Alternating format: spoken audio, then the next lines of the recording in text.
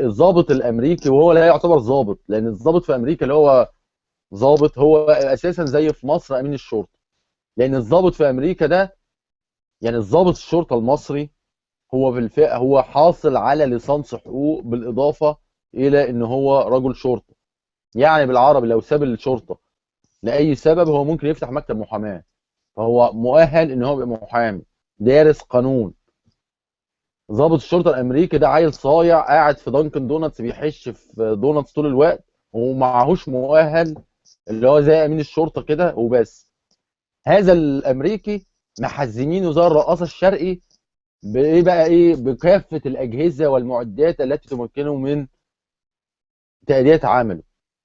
يعني انت في امريكا بيوقفك عشان مخالفه مرور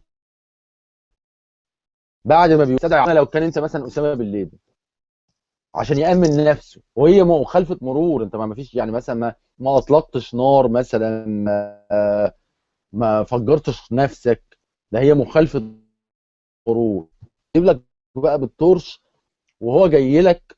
ضابط الشرطه الامريكي ده اللي هو اللي ابو كرش اللي قاعد في دانكن دونت، بيبقى حاطط ايده. اولا انت لازم هو جاي لك تكون حاطط ايدك على الدركسيون.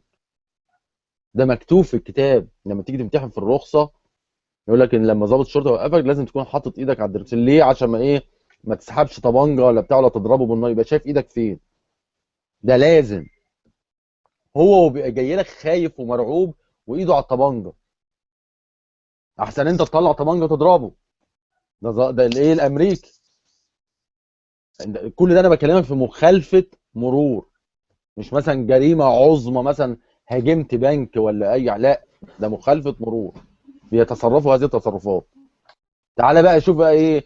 بيقول لك بيبقى جاي متحزم زي الرقاصه الشرقي، انا بقعد اضحك وهو خايف وايده على الطبنجه.